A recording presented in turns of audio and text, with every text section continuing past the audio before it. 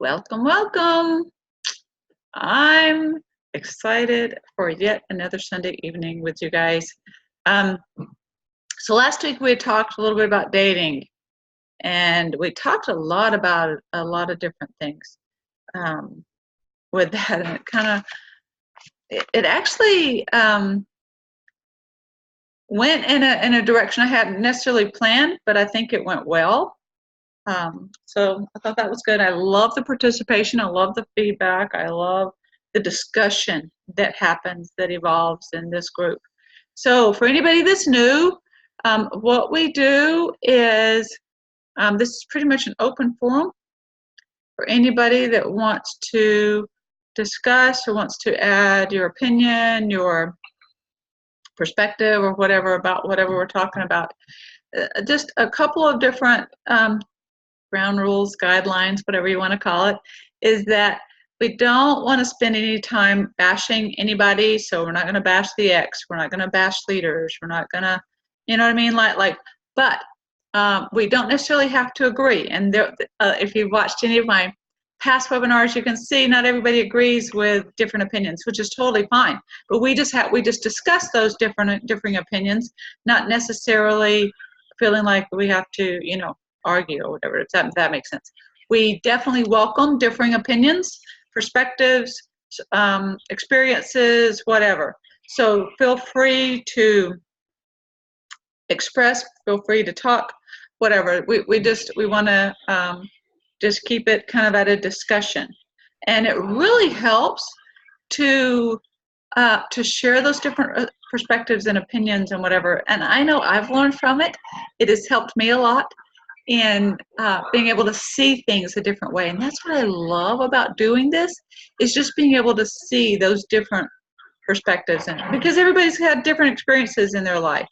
While we're all single, we've gotten here through a different path or a different journey. And so it really is enlightening to me to be able to learn from everybody else. And so I hope that we can all just kind of have a spirit of just learning from each other and offering those different opinions, whether they're good, bad, or whatever. We do like to keep things real.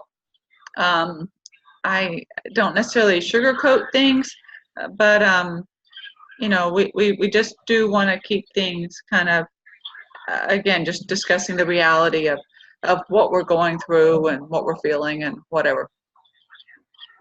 And dating is kind of a sensitive topic. It is one where it has lots of different opinions, lots of different perspectives and experiences in the church, because we all came at it from different angles and different ideals, even, if you will, different ways of thinking about how it was going to happen and whatever. When we're growing up in the church, or for those of us that did grow up in the church, I grew up in the South in Alabama, where I was taught that if I was a good girl and I followed the commandments and I did everything I was supposed to do and I got married in the temple, I would live happily ever after. Anybody else heard that? So I did. And so I had this ideal that I would be that good girl and I would do everything I was supposed to do. I graduated high school and I went to college and went to church every Sunday and I followed the commandments and whatever. And I went on a mission and I got married in the temple, and 6 months later, that marriage was falling apart. Had no hope. And I was just like, wait a minute, what happened to my happily ever after, right?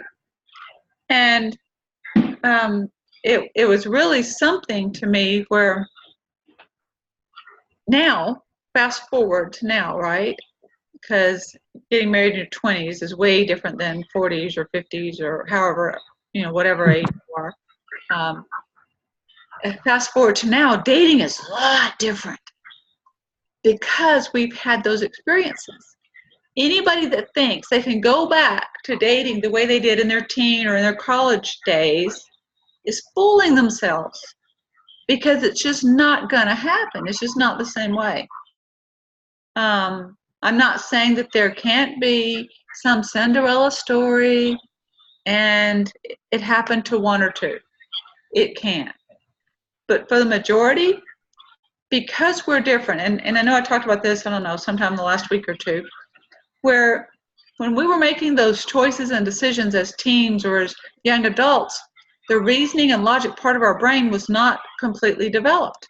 And that's not a joke, it's just our brains, that part of our brain does not completely develop until mid-20s or mid-20s to late 20s, maybe even early 30s for some people.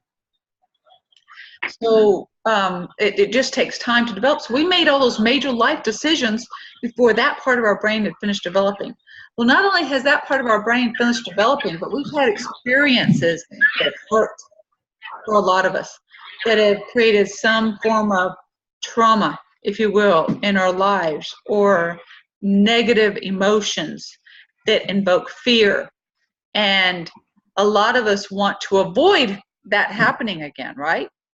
So a lot of times the underlying or the undertone of dating right now in the church is fear. And we can watch all the Hallmark movies we want to or whatever, but it doesn't necessarily play out that way in real life because we've got it, we're real, and so many things have happened to so many people. And so it's just a little different this go around for a lot of people. So we talked last week about, and we've talked in weeks prior to that, about the 5 main things that we need to agree on to have a healthy relationship, or have a healthy marriage, have it be thriving. But there are 2 other things that are critical to also having a very, That's me. Sorry. Oh, it's okay. Okay. To have a very critical, I mean, it is very critical to be able to have a healthy, thriving relationship and marriage. And you want to have a good foundation.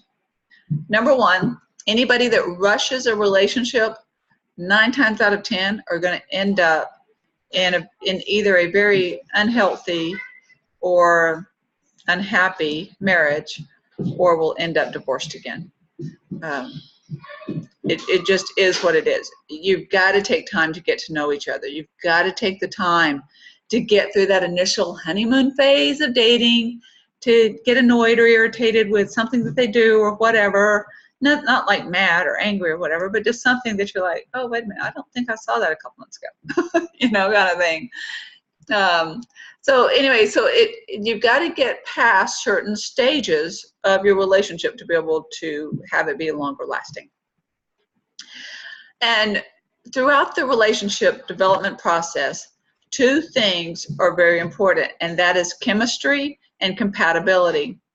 You've got to be able to have both to be able to have a very good, functioning, healthy relationship and marriage, okay? So when we go through, if you've got the article that I sent out, I emailed it out this morning, then you'll kind of get the gist of what we're talking about today. Now, chemistry is talked about a lot and has a lot of different definitions and meanings for a lot of people. But for some, it's that initial attraction, or it's the one that you feel like it kind of keeps you, like you develop a certain chemistry together, right? So first of all, before we get into talking a whole lot about that, anybody have any comments about anything I've said already, or do you want to go ahead and give your opinion about chemistry or compatibility or anything like that before we delve into other things tonight? Can I respond? What was that? I have a response if that's okay. Okay, I didn't hear all that. You have what? Oh, I would like to respond. Okay, yeah, go ahead. I guess I've just had it on my mind. I don't know if I said this last week or not, but I've just been noticing. I've really been trying to delineate all the types of attraction, because I feel like generally people just say, "Oh, I'm attracted to them," without any further detail. But I've been noticing, it's easy to have people that you might feel like chemically attracted to or biologically attracted to, and that's just like scent and pheromone signals to tell you that your kid might be a little bit healthier if you were to procreate, because you might be immune to A and they're immune to B, but that does not mean they're a mate for this life or especially for eternity. And I feel like sometimes it's too easy to put stock in that biological feeling, which can just be like what I call kind of magnetism, but it doesn't tell you anything about how they are as a person. And because it can feel so strong, I think it can be easy to like put more stock into it. So I've been kind of like thinking about like emotional attraction, mental attraction, attraction to like their spirit, attraction to like kind of who they are and how they are. And then, I mean, the chemical and biological is important, but I also think that's the one that can be built upon more than the others. Like trying to change someone from being very selfish to trying to think of others more is not the job of anybody but themselves Right. to do, I think. So I guess I've been trying to just untangle it and, get separated ideas of it all more recently. Okay. Cool. Awesome. That's fantastic. Yeah. There's so much to that, right? But when we're talking about the whole chemistry compatibility type thing, it can involve so many different aspects. So I like that you brought up about, I think it was you that did, about how you treat somebody. And, for some people, they look for that. They look for how you treat somebody, maybe even a stranger. For them, that's something important. All right, anybody else have any other comments? I want to share anything before we move on?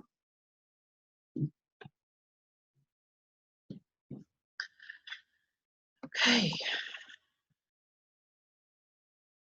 I guess I will, Paula, just that, we need to know how, and I'm sure you guys have talked about this before. I've only been here one other time, but we need to see how they react in stressful times, or what stresses them out, or figure out what childhood stuff still has them stuck.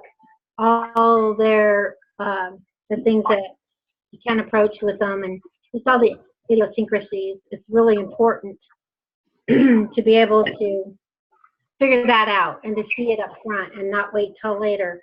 Also, she mentioned about, what did you say that made me think of this? We all move through life a different way. We have a different perspective. Some people are light and bouncy and like a hummingbird, and they go from this to that, and they're just always happy. And other people are just very serious, and they sit back, and their energy is more still. And there's an energy profile that I work on people to see what quadrants they fall in, and it's a really fun thing to do. But it's good to have those understandings of people. We don't all fit in a whole quadrant, like you guys know. You've seen those different personality profiles. There's always 4 categories, and it's really fun to see where people fall. Then you can know a little more about them and how they're going to respond and why they respond, and how they do, why they do the things, how they do them. So it's fun. It's fun to get to know and watch people. And I think we should all become friends first. Why not become friends first and let it go from there? Well, and Dorothy, that is easier said than done. Most people aren't going to start out just being friends. Some people do, but not everybody.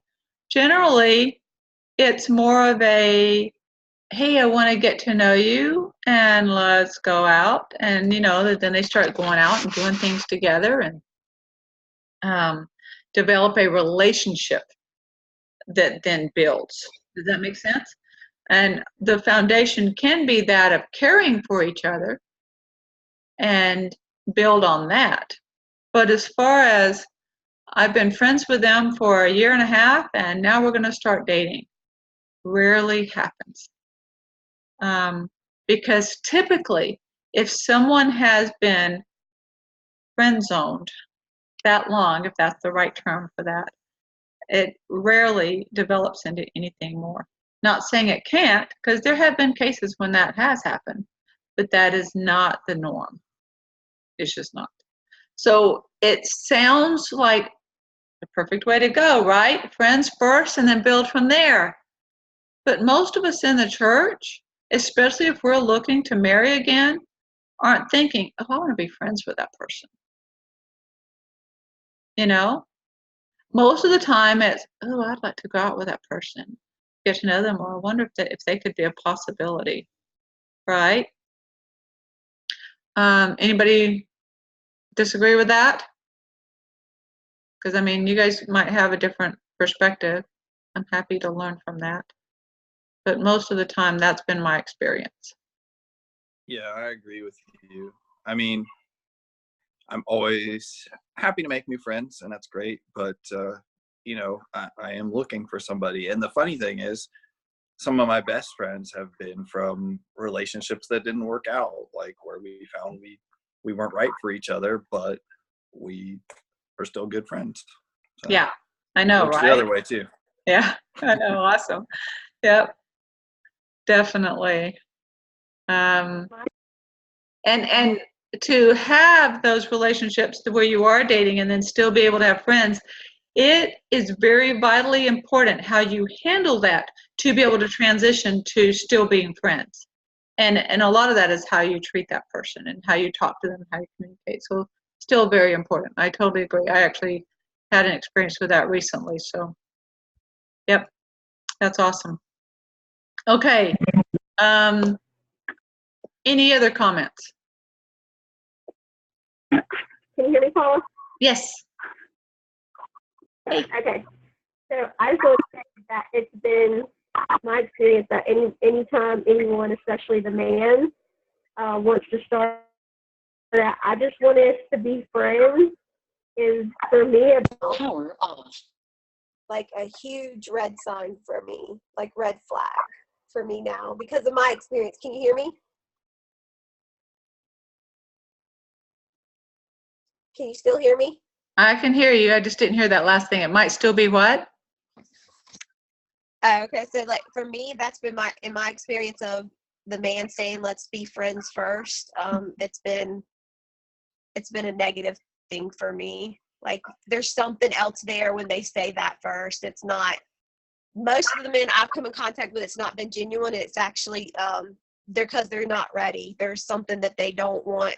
Either they don't want you to know, or they really don't want commitment. They just want to get what they can get without commitment. So that term, that let's be friends first, for me scares me. I don't trust it anymore. Well, in my experience, a man that has told me, I just want to be friends, is telling me in a very nice way that they're just not that into me, that they're not interested in me, which is totally fine. I'd rather hear that than you're not my thing. You're not my type. You know? I'm totally okay with that. Sure, let's be friends. Well, good. I have a lot of male friends, so yeah. Okay. So I'm good with that. So let's talk compatibility. No, let's not. Let's talk chemistry first.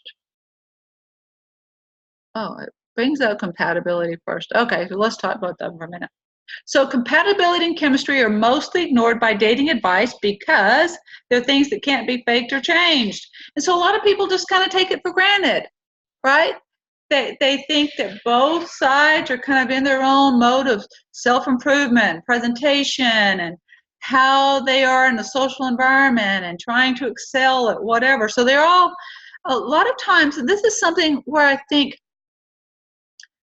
it kind of puts us all kind of in a trap where we just kind of think, oh, well, that person's working on that, right? Like always putting their best self forth and trying to be whatever. I think there are others that have brought up the whole personal development thing in the past. Like I've told you, I'm a personal development junkie. So I'm not I don't think, oh, someone's doing the same thing, you know. Most people don't spend that kind of time on trying to just develop self intentionally anyway. Some people do want to be a better person. Some people do study scriptures and they go to the temple and they do things to help them be a better person. But most people don't set out to go study how they can be a better person. That makes sense, if that makes sense at all. Anyway, so but we all are trying to just put forth our best self. So when it comes to well, let's just talk compatibility versus chemistry here. So so a lot of times people kind of use these interchangeably, right? But they're just not the same thing.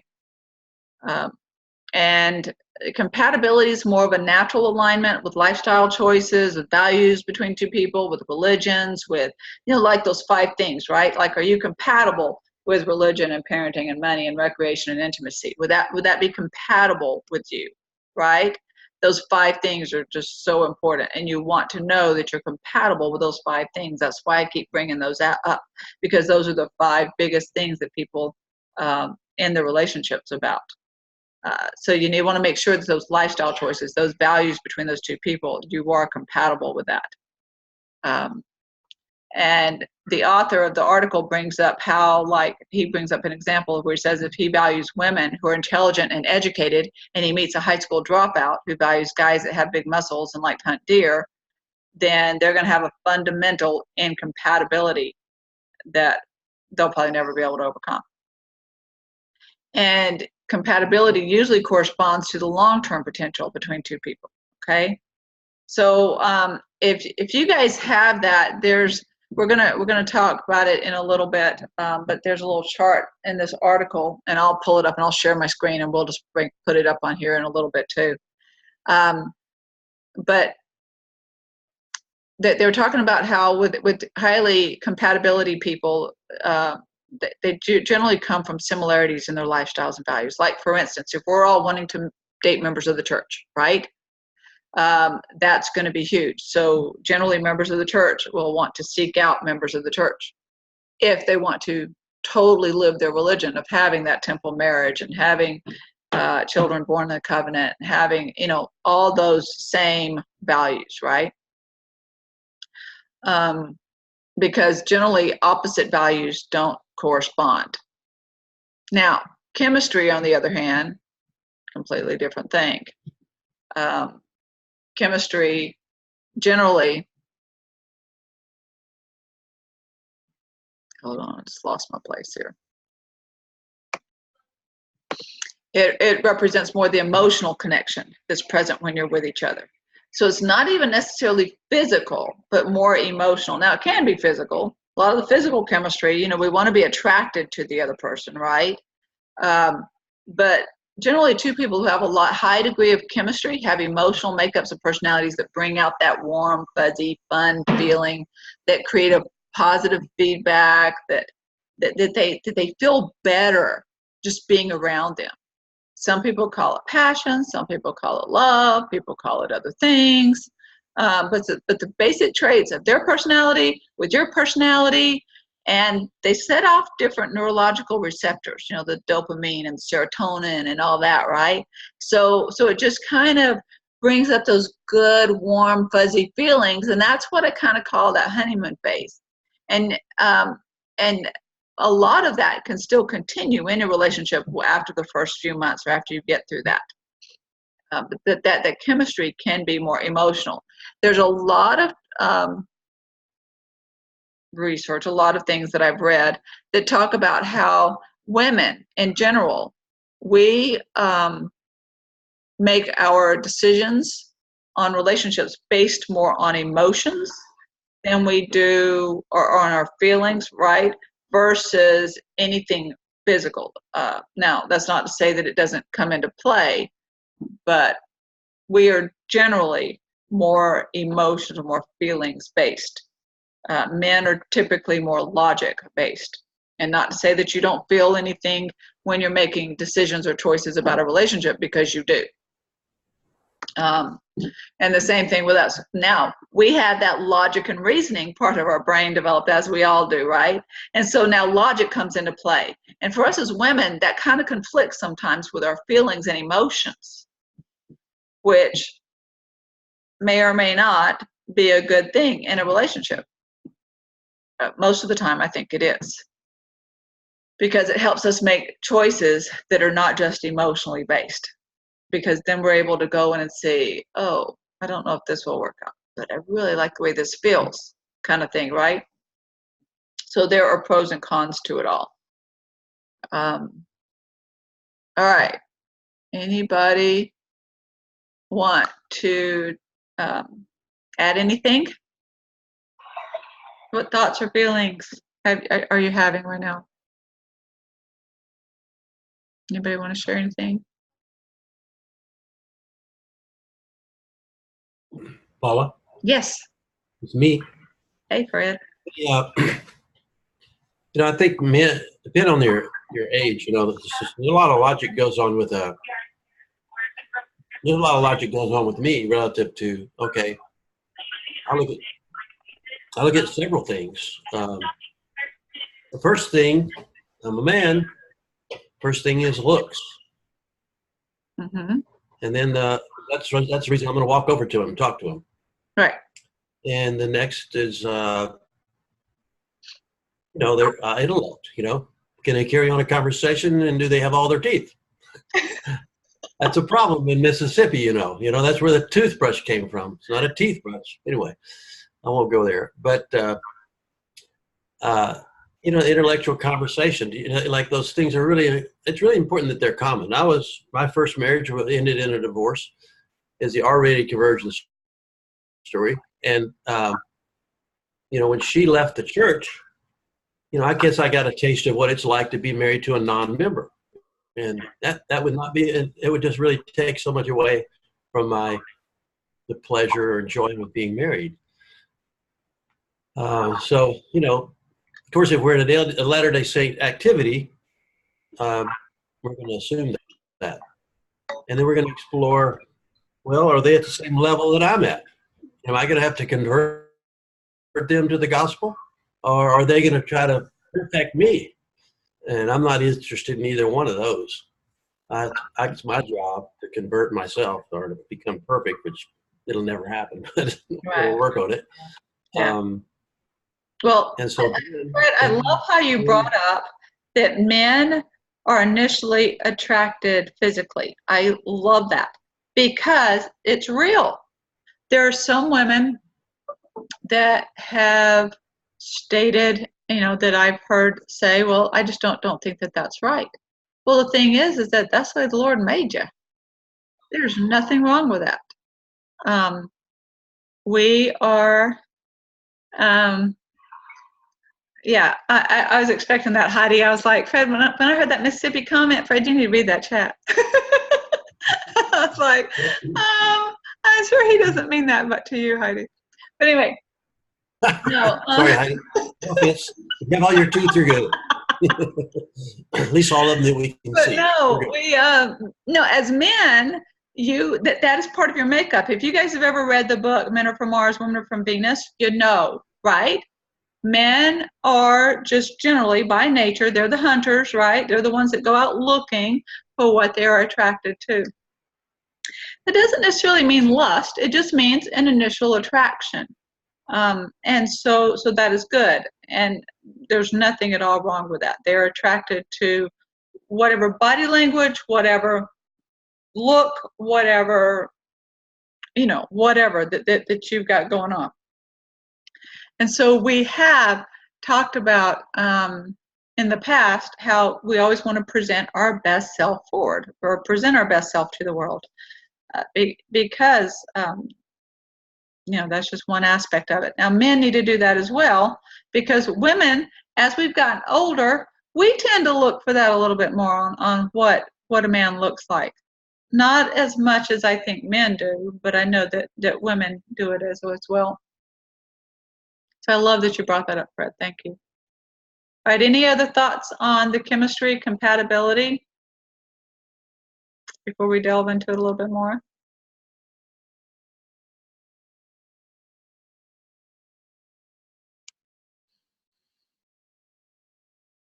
All right, Kelly, go ahead. You don't have to raise your hand.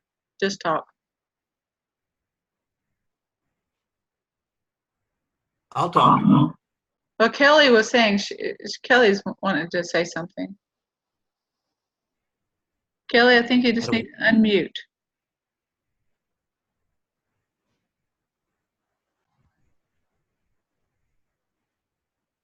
Are you, Kelly?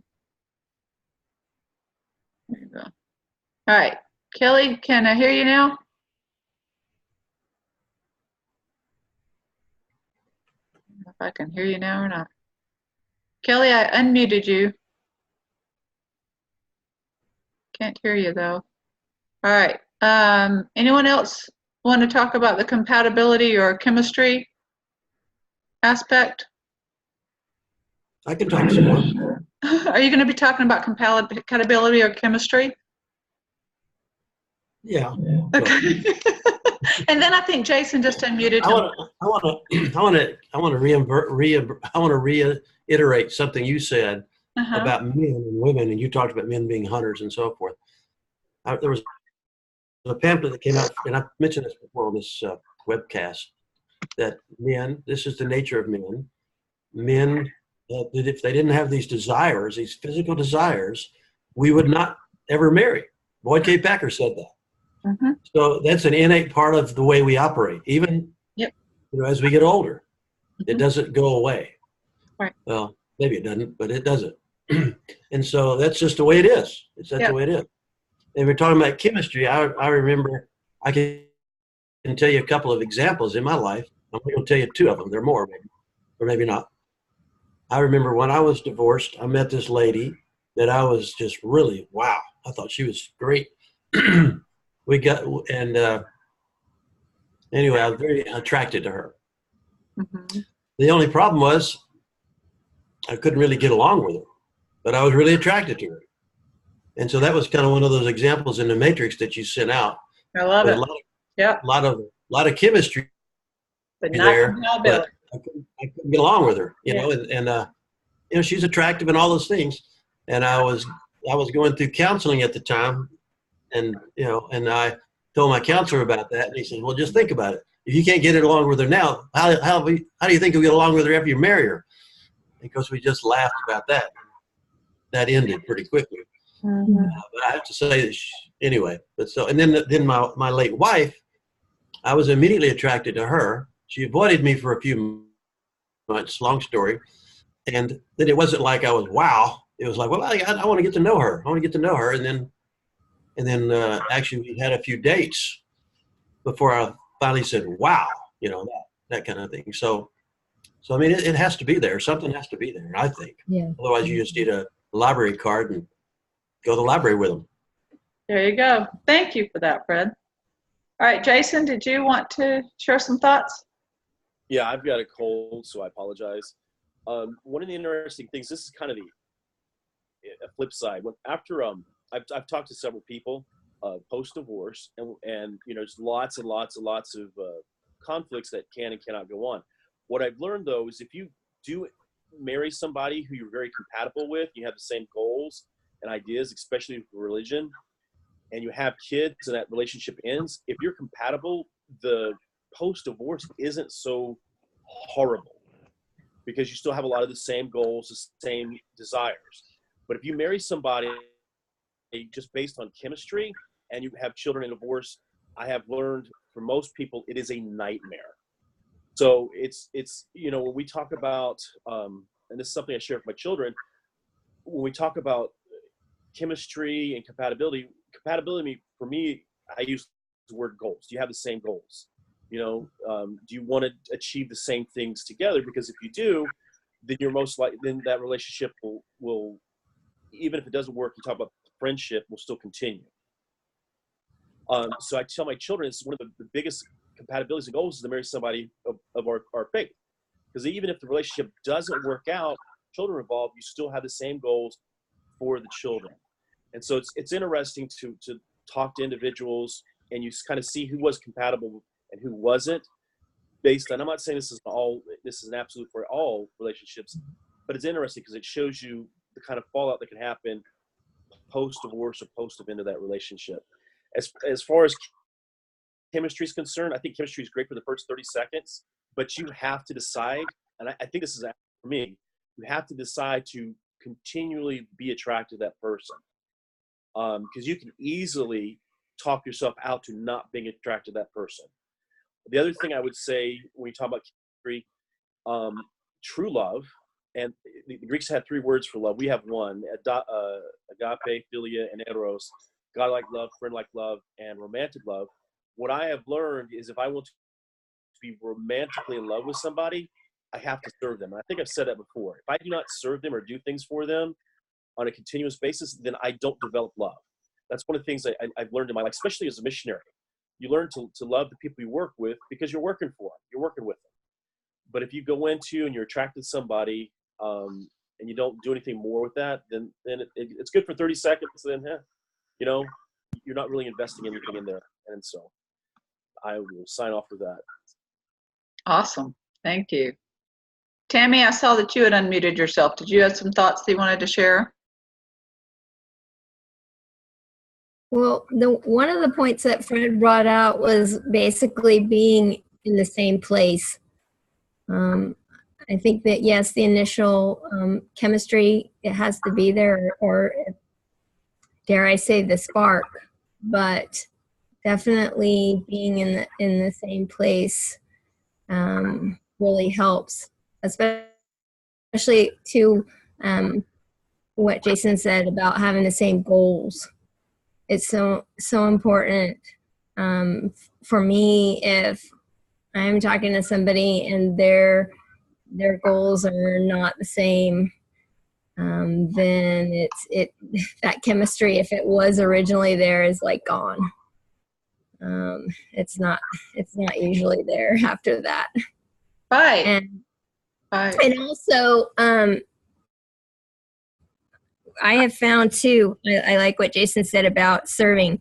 I'm a nanny, and I have found that I can start a job with a family and you can go in and basically do what's needed.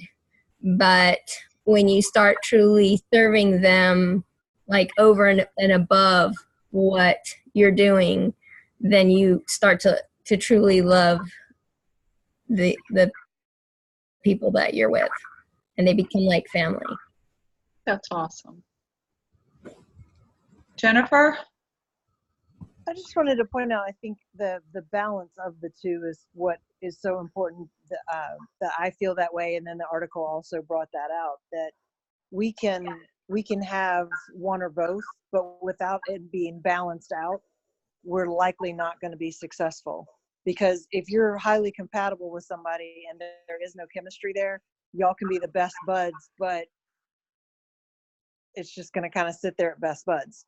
Mm-hmm. And so it's finding that balance between the two that's so important, and that can be really scary all at the same time, because how do you really know, when is that balance appropriate? And I think that's what I believe that we're all looking for, is that balance, so we have that comfort in moving forward. Right, exactly. And I think earlier, hold on. Earlier when Dorothy had said something about, why can't we just be friends first and then see where we go from there? But a lot of times those friends are in either one of those categories, but not necessarily both, because if they're in both categories, they're not going to stay friends for like a couple of years, right? Like if you've got great chemistry and great compatibility, there's going to be a relationship formed there. And I think that as I love how you pointed out, the balance there does need to be a good balance, because otherwise you will just have a bunch of great friends. All right, Fred, and then after Fred, Kelly. I was married I was married 21 years to my late wife. And I can assure you, it wasn't always balanced. It maybe had been in the beginning, but it didn't really, this marriage is a work in process, in my opinion. Wait. So you didn't feel like you always had chemistry and compatibility with your late wife to be able to keep your marriage strong? And I don't mean the ups and downs of a relationship.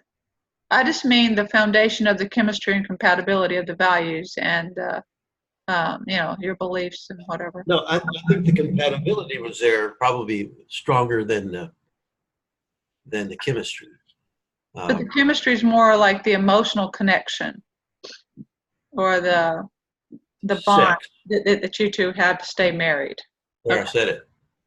Okay. I'm just clarifying. All right. Cool. And I just think people go through things, and I'm not, and women in particular, as they age, things change a lot. Sure. But you guys still had a good marriage. I mean, you had the ups and downs of a marriage, but Yeah. I just feel like what we're talking about here with the chemistry and compatibility is different than what the ups and downs of marriage is. Because being married to somebody for 21 years, there are going to be ups and downs. There's going to be days when you don't like that person, and that's okay, right? But that's marriage. What I'm talking about, you still had that underlying loyalty, that underlying belief, that underlying value, if you will, compatibility, that you were going to be staying married. I think that I like to think of that as a commitment. You're committed. Never in my mind did I think, if things got difficult. When you have stepchildren, any of you that have ever been married with stepchildren, let me tell you, if that doesn't pull on things to try to rip it apart, nothing else will. Amen. I know, right? So yes. So you still had the compatibility of that commitment, though, is what I'm saying. So I think that's different than what we're talking about here.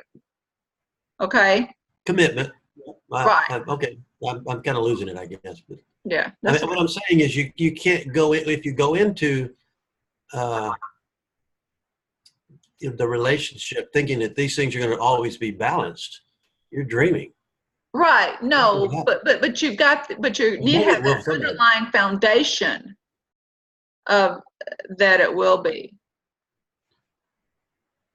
of forming that relationship. You had formed that relationship. You had a solid foundation in that marriage. Yeah. So we're not talking the same thing, is what I'm saying. Because it's just different.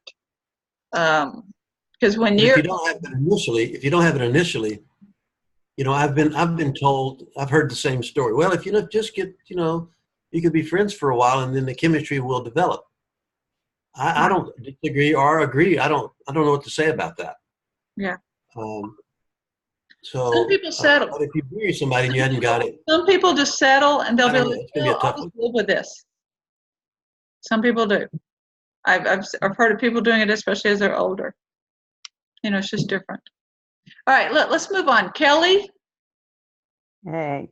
Hey. I have just kind of a question. Last year in Nauvoo, I went to this little powwow, I guess, with Ed Cunningham and Nellie Hardy. And Nellie is big on ditch the list.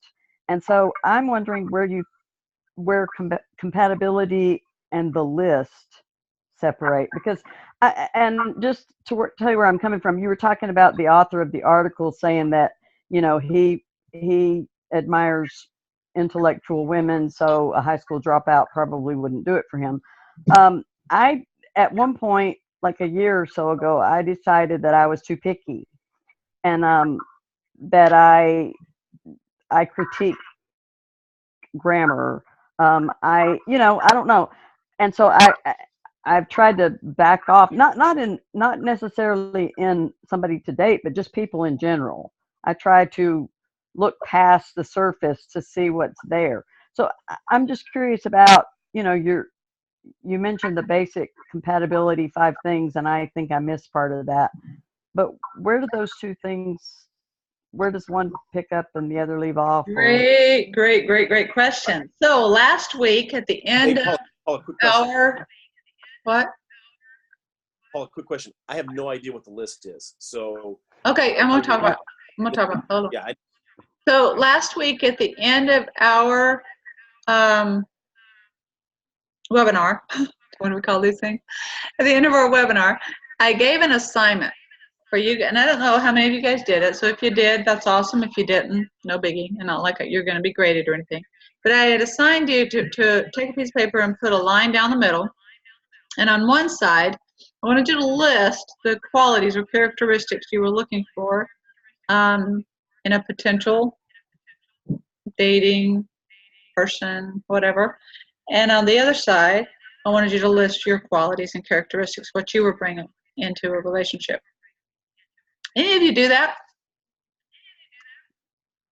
Just out of curiosity. I was in Orange Beach. That's okay. You missed that assignment, huh? So when I'm talking about a list, I'm talking about, or we're talking about, list the qualities and characteristics that you're looking for in somebody. Then I want you to list the characteristics that you are bringing in to a relationship. So if someone had their list and they were looking for a bald man with a mustache, you might meet their list, right? Now I just listed physical characteristics, and that's not necessarily, I just did that because that was easier to use you as an example. But if I'm listing other personality characteristics or other value or belief system type characteristics, maybe recreational things, or maybe whatever, right? Like if we want to go in and say, okay, I want somebody who's been married before, who has kids, who is actively attending church, has the 10 recommend, blah, blah, blah, blah, blah, right? Like you make your whole list that involves everything. The 5 things, just for review, are religion and the different aspects of religion that are important to you. Parenting, what's important to you in parenting. Money, what's important to you with money. Recreation, what you do for fun, because you got to have at least one thing you like doing together for fun.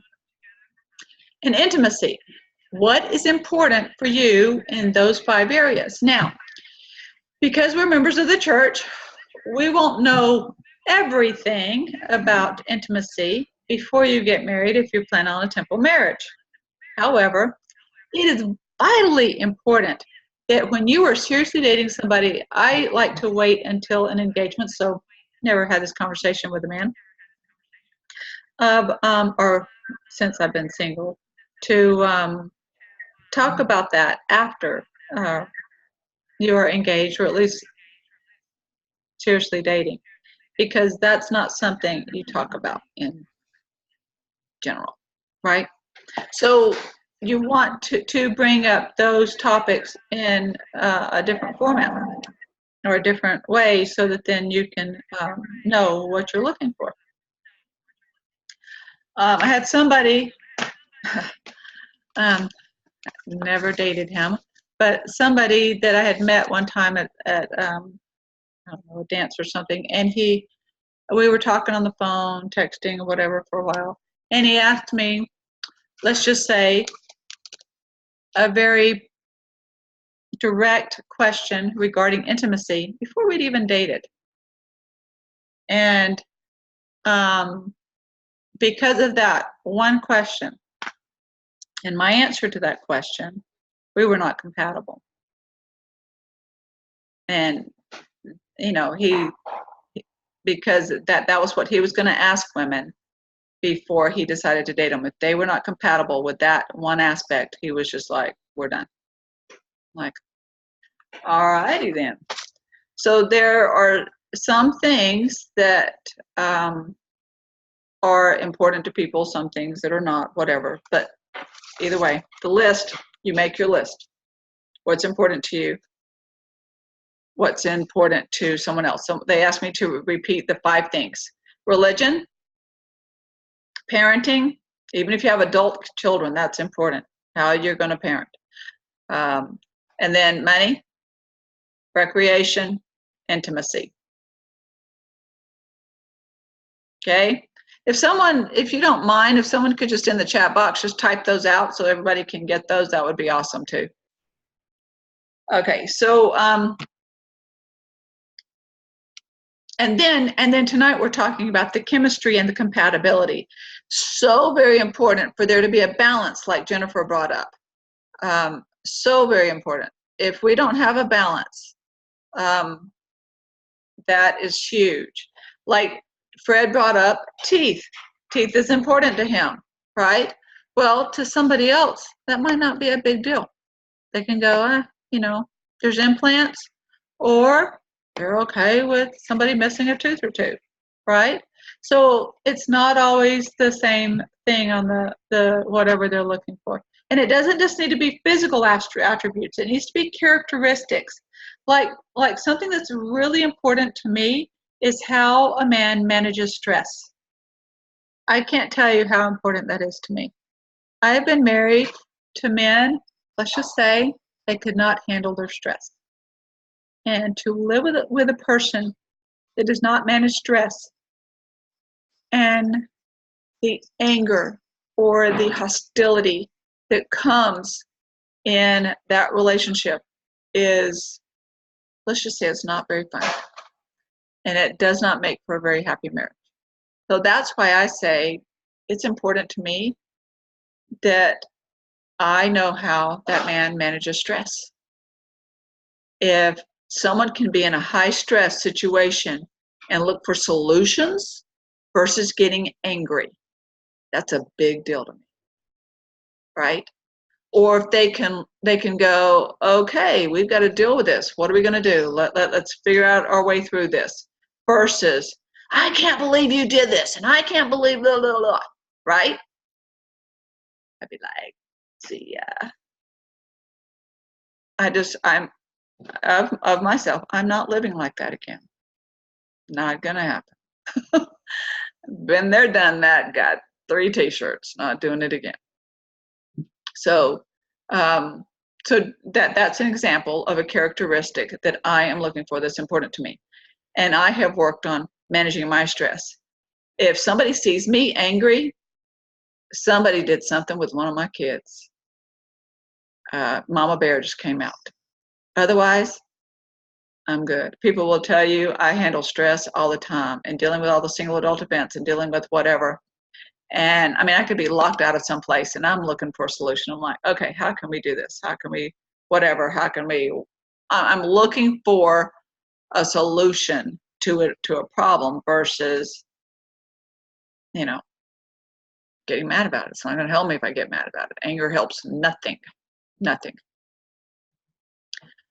Religion, parenting, and yep.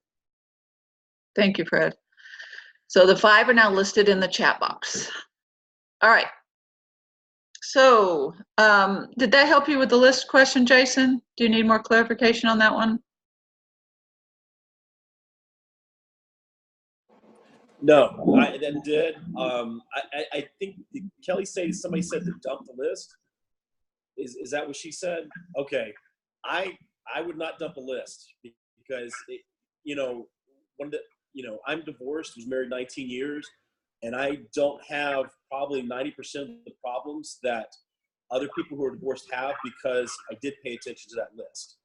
And my ex-wife and I have the same goals, and a lot of the issues and problems that other couples have. I'm not saying this is a guarantee for everybody, but because I did keep that list and she kept that list, we get along really good. I mean, we're not going to get married again, but we get along really good because we have the same goals, desires, and hopes.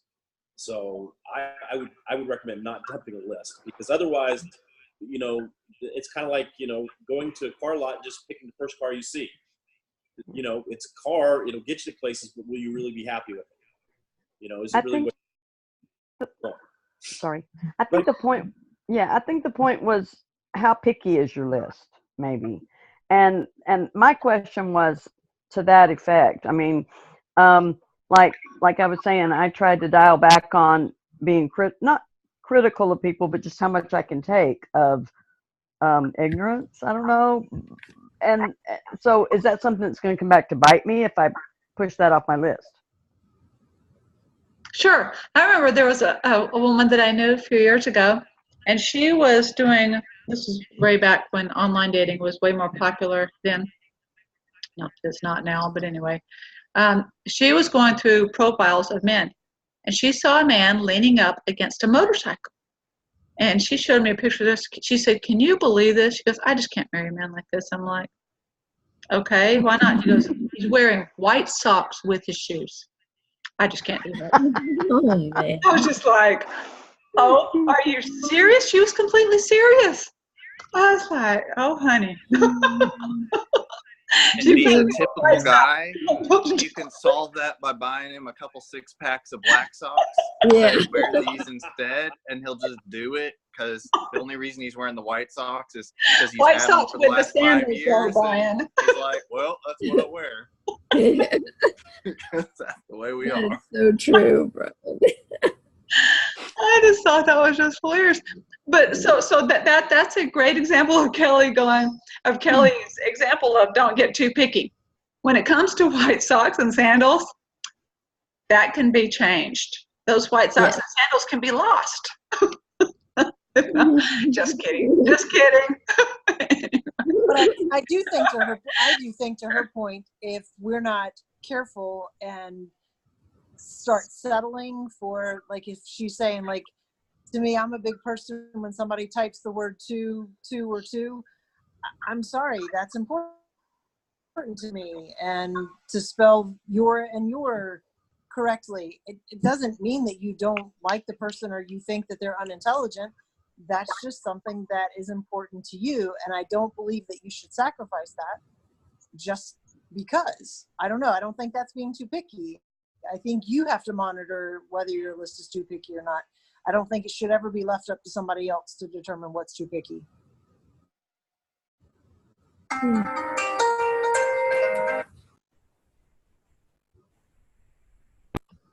Sorry about that. Had a cat just go in my room. I thought, not gonna happen.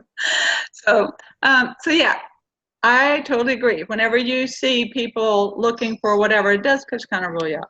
Okay, but I do recommend not to be too picky on your list, but you do need to be at least list those things that are deal breakers to you.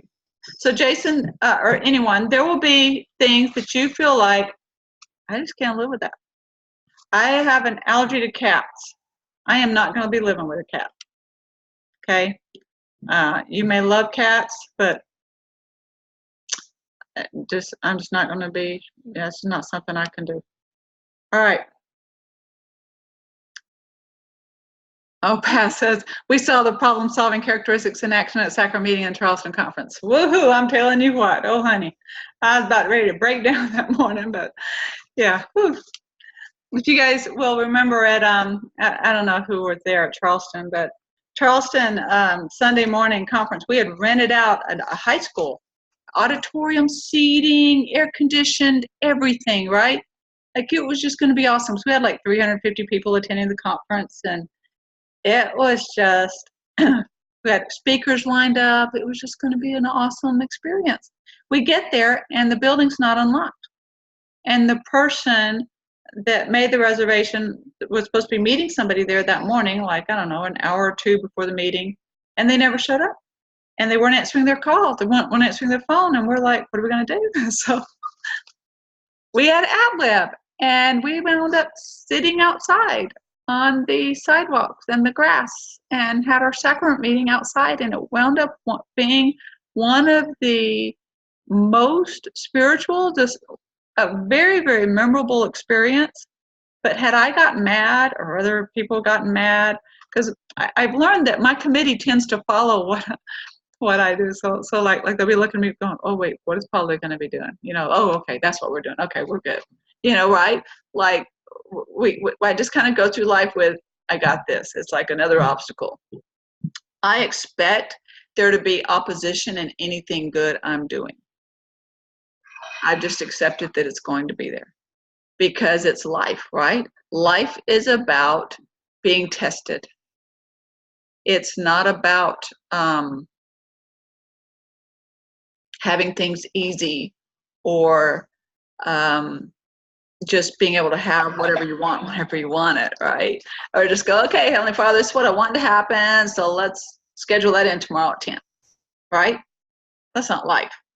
We pray for what's important to us. Whenever I pull off a conference, we just ride the waves with the opposition, and we just know that's what we've got to do, because it's a good thing that we're doing, and there's going to be things that happen. And it's the same thing when building a relationship. When you are going for something good, there's going to be opposition in your relationship. Now, that doesn't mean that if you're not compatible, if you don't have chemistry or whatever, that's just opposition. No, I believe everybody comes into your life for a reason. And we all have different things we can learn from each other.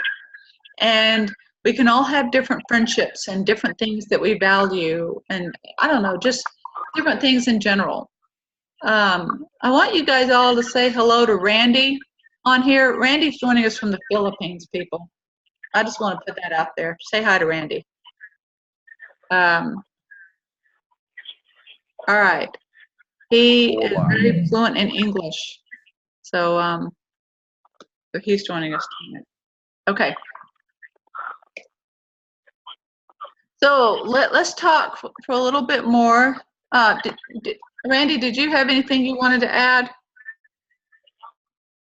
Did you have anything you wanted to say? Yes. Hello. Hello, Hello. everyone. I have a question. Yeah, can I ask a question? Sure, ask a question.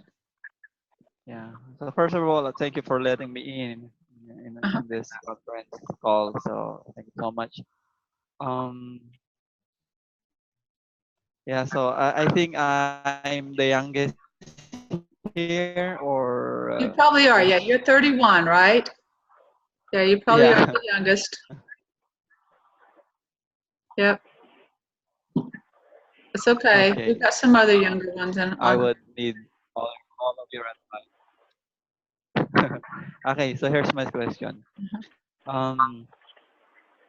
What can you say, or what are the pros and cons about LDR? And do you agree about LDR relationship? LDR? I mean, yeah, I'm gonna repeat that. What are the pros and cons about long distance relationship? And do you agree about long distance relationship? The process of developing a relationship? I'm No. trying to understand your question. Sorry. Pros and cons. LDR, long distance relationship. Oh, long distance. Thank you, Kelly. Sorry. Yeah. All right. What do you think are the pros and cons about that? And do you agree about LDR? Okay, I'm going to open that up to you guys. Talk about long distance relationships. Some of you have had experience with that.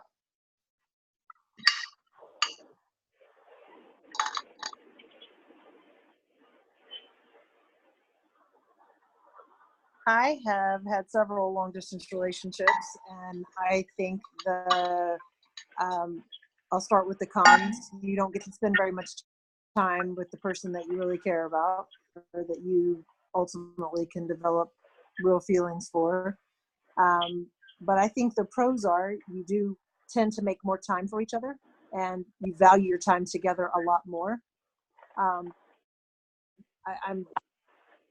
I'm only comparing my non-long-term or long-distance relationships to my closer relationships. I think I put more value on the time that we did get to spend live together. I think when the phone rang, I answered it a lot more quickly and canceled doing things in my life to be there for that person, because our times didn't necessarily line up, different, time zones or what have you. They are a lot more difficult though, because you do not get to spend lifetime together, and lifetime together is really important.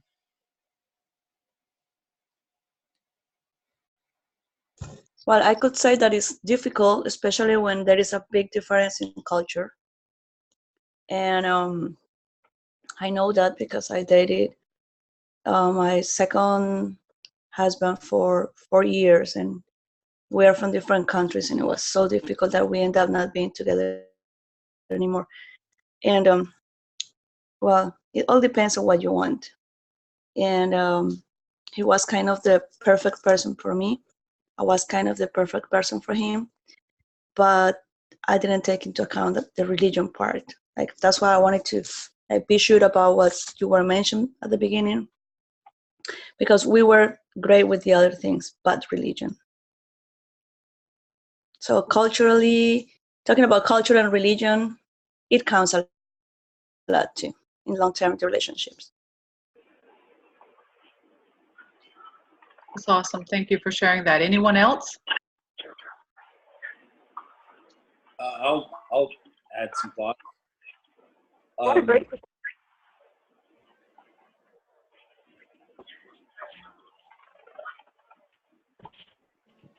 I wasn't sure that whoever is, go ahead. I'll wait.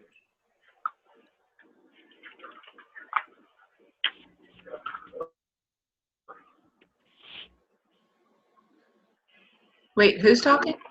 I thought I heard I was just going to say, I love her perspective that she gave, not Heidi. Can you hear me? Yep, go ahead. It's Heidi. Can y'all hear me? I can hear you. Can't really see you, but I can. I was going to say I really appreciated her perspective and adding in that not just religion, but the cultural difference and how that can impact a relationship too. So long distance dating, it has been very scary and was not a good experience for me. So I'm very, very, very cautious about that. And for me, in my own opinion, I don't like it. And I won't be able to go that route. So that's just my 2 cents. Okay, Jason? We live members of the Church of Jesus Christ of Latter-day Saints. One of our goals, or can be one of your goals, is to raise somebody of like religion. And because of that, I don't live in Utah, Arizona, Idaho, or California, or Nevada. And so I in order for me to do that, I have to depend on long distance relationships. It's not really an option.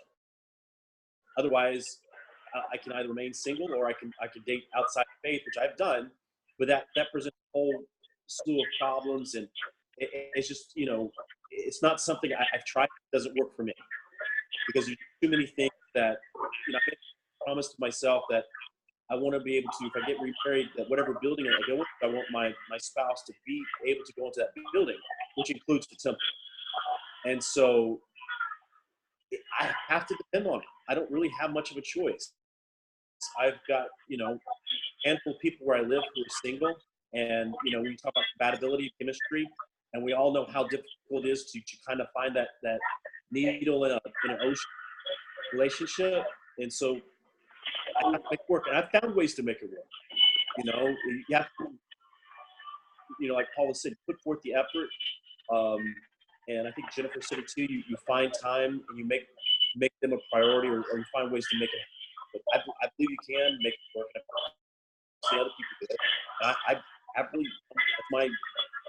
I don't really have another option. I have background noise.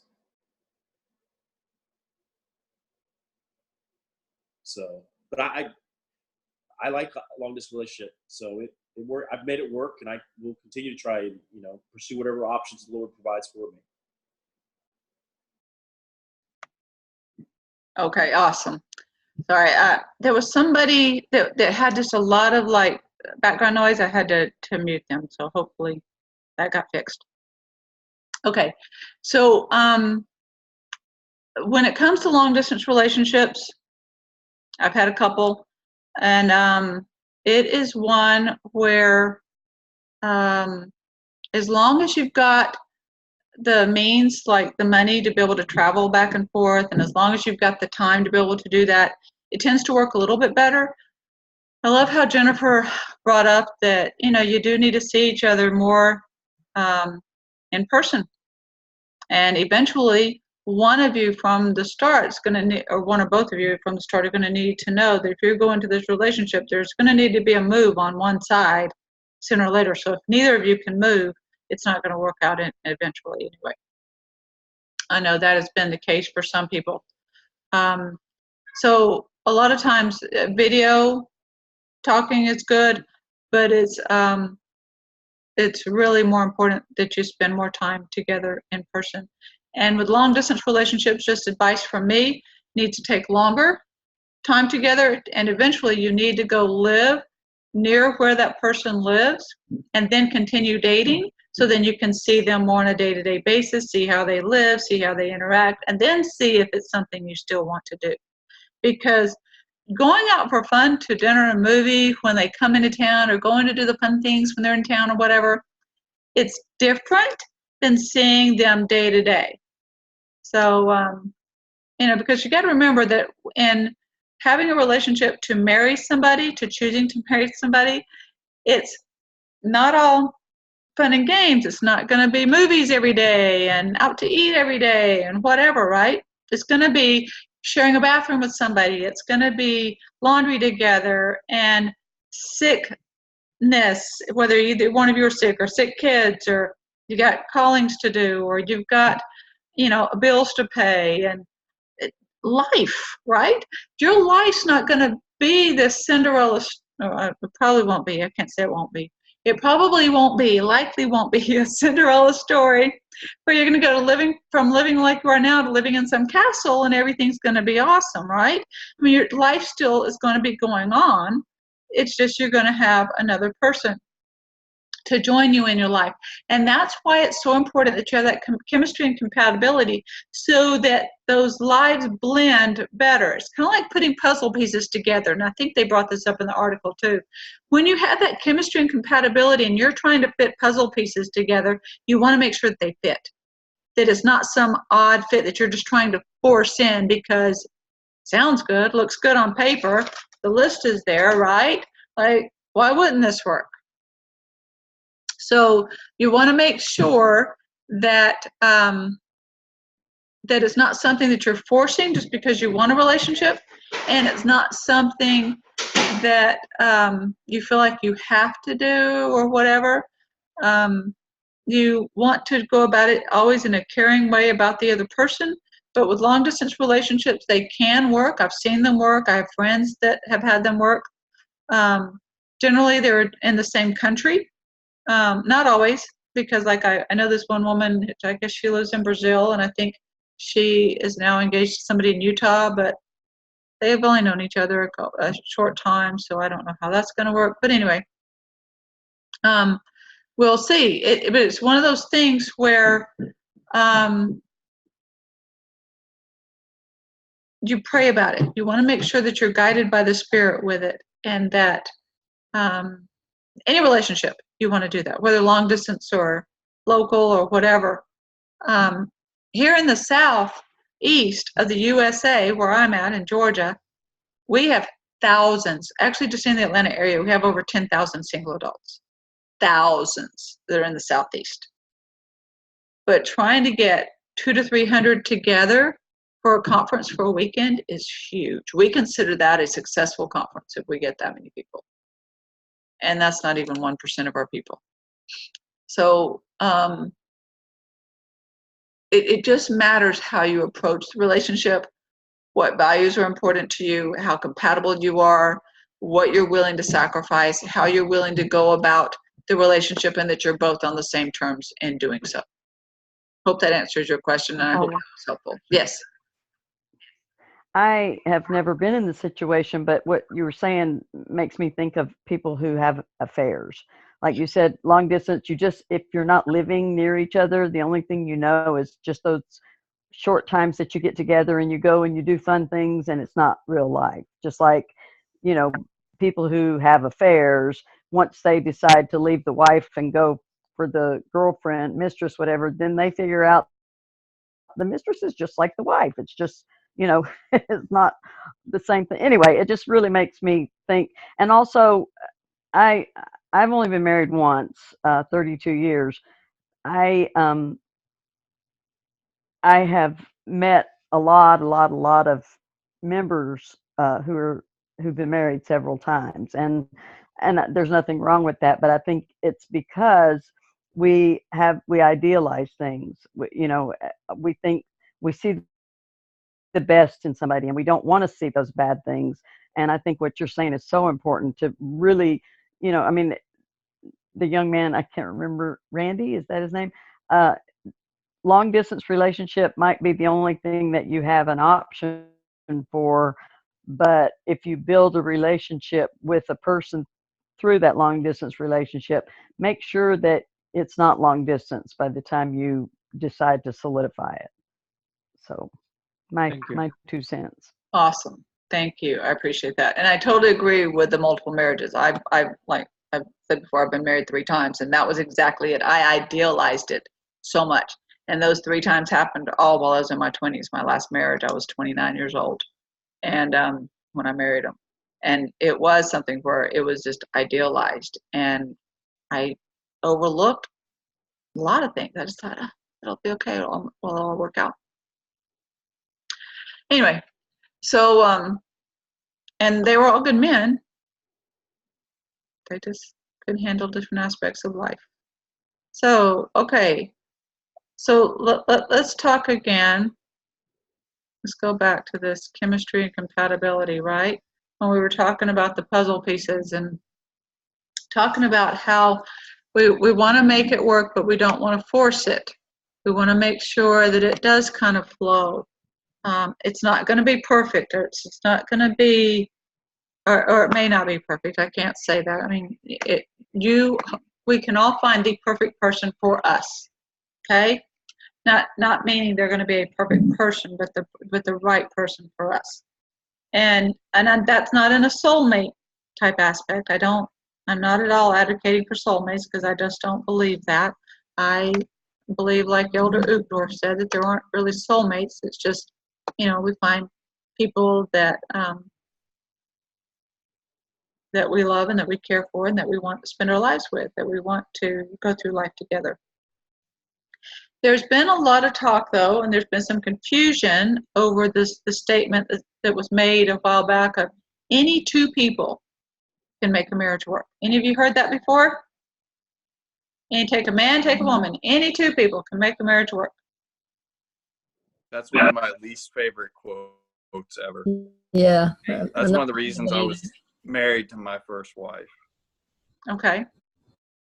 I'll just leave it at that. Yeah.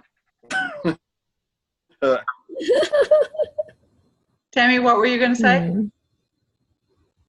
I agree. It's not one of my favorite things. I really don't think, unless you're both really in tune to the spirit.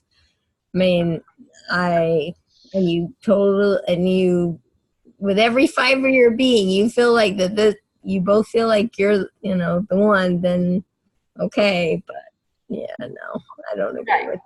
Yeah. It's not my favorite quote either, and I'll tell you why. I believe that 2 people can make a marriage work, but I don't believe any 2 people can make a marriage work. Right. Does that make sense? Yeah. I think When you have 2 to people qualify that statement. What was that? I think you have to qualify that statement a little bit further. You have to drill down on that. Yeah. Slightly. Definitely.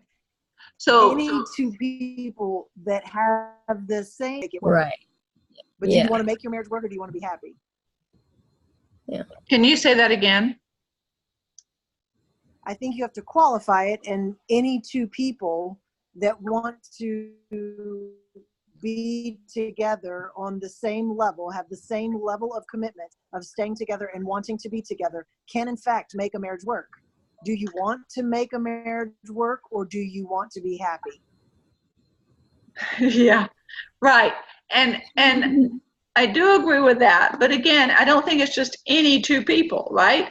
Like years ago, hundreds of years ago, that they did the prearranged marriages. There was a lot of cultures that did that, right? Those marriages stayed together. They weren't necessarily happy, right? But either way, you want to make sure that you do have that compatibility, that do have that chemistry, that you pray about it, that you make sure that the Lord or the Spirit is telling you this is the right person, or this is a good person for you to marry, or the right person, however you want to feel like you receive that inspiration. Those arranged marriages were set up by a matchmaker, so there was some kind of compatibility there. Yeah. To begin with, it wasn't just like draw two names out of a hat and they get married. Or the fathers had a dowry, or they had a dowry, or whatever. Whatever. They had 8 cows, whatever. I'm just thinking of Fiddler on the Roof. So. I know, right? Yeah, definitely. Okay, so back to the chemistry and compatibility. Let's chat about that for a minute. So, there's an artist, Alex Gray, once said, "True love is when two people have pathologies and complement one another." He was only half joking. High levels of chemistry usually come from opposite yet complementary qualities in people. A girl who is high-strung, energetic, and slightly neurotic will have a high degree of chemistry with a guy who's relaxed, mellow, and open. Introverts usually have natural chemistry with extroverts. People who are orderly and intense planners often work best with people who are spontaneous and organized. Unlike compatibility, a lack of chemistry doesn't repel one another. A lack of chemistry simply results in a lack of emotional intensity. Things just kind of feel like dead and boring when you're together. Chemistry is also reflected in other areas of your life. So, let's talk for just a minute. Let's go down to this chart, the chemistry compatibility matrix. And I will tell you, one of my, chemistry things is I am by nature more of a serious person.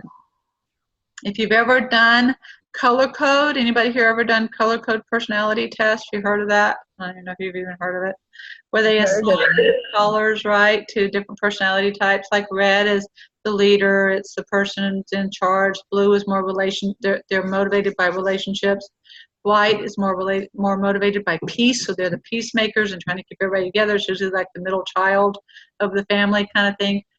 White is usually the one who's more passive and more, yellow. I already said white. Yellow is the fun. They're motivated by fun. If it's fun involved, they're on it, right? Well, when I've done that color code, my number 1 is blue. My close second is red. I'm a couple of notches down with a white. But yellow is like my bottom 5%. So by nature, I'm not a lot of fun. So I just love, I am so attracted to somebody who brings that fun out in me. I love being around people who do that. So when it comes to the opposite thing, that is that, not that I can't be fun, it's just I have to plan it. I'm just kidding. Sometimes. Anyway, so let's talk chemistry and compatibility. So when there's low chemistry and low compatibility, actually let me see if I can just share my screen here. Let me do that. And that way you're looking at the same thing I'm looking at.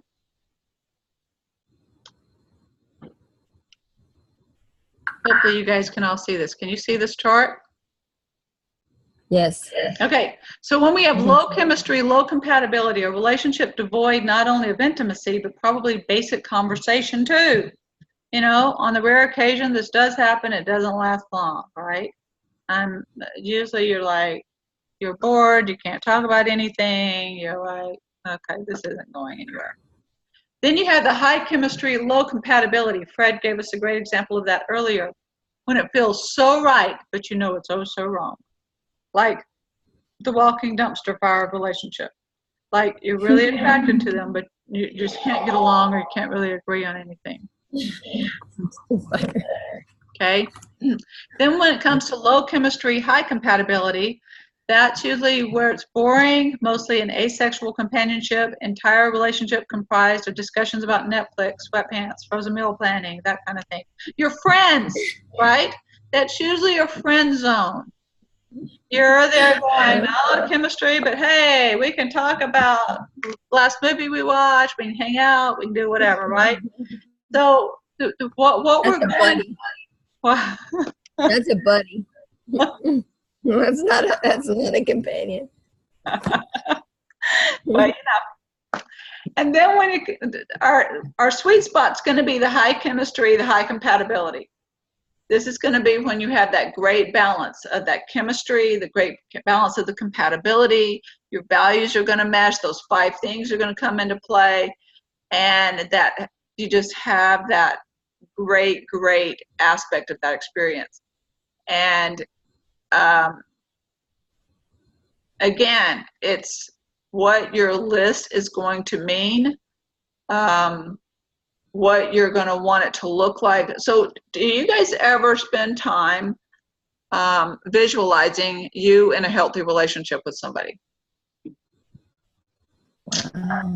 So I don't know if you guys know this or not, but I own my own business, and we do, so I lead a team, and we do some vision board, right?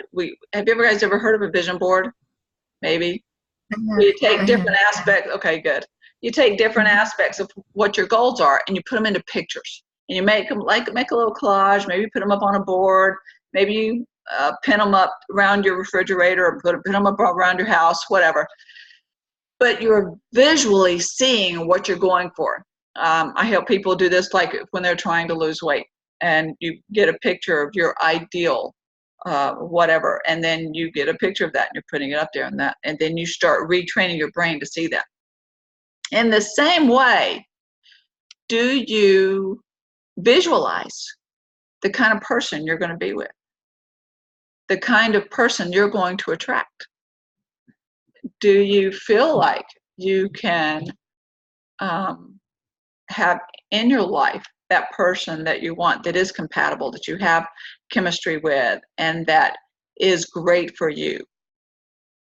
I would recommend you doing that, in addition to realistically listing characteristics of what you're looking for and characteristics that you're bringing to the table or to the relationship. I love it. Paula, and maybe hopefully, when you're visualizing the new person, make sure that you get rid of old images. Amen. Amen. No comparisons. No. Oh, please. Get rid of old images. Yes. Because that's not helpful, and that's not fair to them either. Right. That's right. Exactly. Oh, I love that you brought that up.